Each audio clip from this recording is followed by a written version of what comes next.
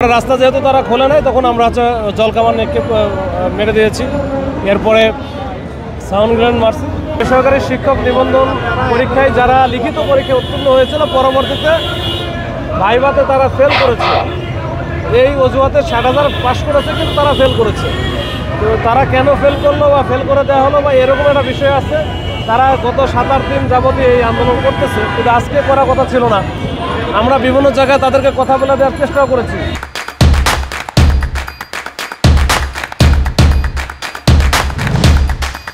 যে তারা সচিবালয়ে বা কার্যালয়ে মাননীয় প্রধান উপদেষ্টা কার্যালয়ে গিয়ে কথা বলো, কিন্তু এরপরে হঠাৎ করে আজকে কিন্তু কথাও বলেছে। কথা বলে আজকে এসে তারা পুরা দেখছেন যে একবার সচিবালয়ে এই প্রেস ক্লাবের সামনের যে রাস্তাটা এখানে পুরোটা বসে পড়েছে, পুরো রাস্তা বন্ধ করে দিচ্ছে। আমরা বারবার অনুরোধ করেছি যে আপনারা রাস্তা বন্ধ করেন না, আপনারা সাইডে থাকেন, পাশে থাকেন, গাড়িটা চলাচল করুক। যদি মনে হয় আপনাদের প্রতিনিধি দেন, আমি আবারও পাঠাচ্ছি সচিবালয়ে যান বা অন্য কোথাও যান, উপদেষ্টার সাথে কথা বলেন, কিন্তু আলোচনা করে শেষ করেন। কিন্তু তারা না, এইখানেই হচ্ছে মাননীয় প্রধান উপদেষ্টাকে এখানে আসতে হবে, তাদের সাথে কথা বলতে হবে।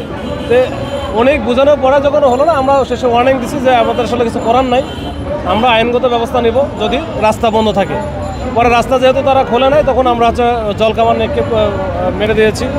এরপরে সাউন্ড গ্রেনেড মারছি, মেরে তাদেরকে পুশ করে আমরা কিন্তু ডিসপার্স করেছি। এই হচ্ছে আমাদের ডিসপার্স করাটাই উদ্দেশ্য, অন্য কোনো উদ্দেশ্য না। ক্যাজুয়ালিটিস আমাদের কিছু আহত হয়েছে, আমারও এই যে 2-1টা জায়গায় লাগছে, এগুলো হচ্ছে লাগে আর কি। ওইটা আমাদের কয়েকজন একটু আহত হয়েছে, ওনাদের বা ওদের কেউ আহত হয়েছে কিনা আমার জানা নাই। যদি আহত হয় তাহলে পরে হয়তো বুঝতে পারবো, কিন্তু আমি এখনো পর্যন্ত জানি না এরকম।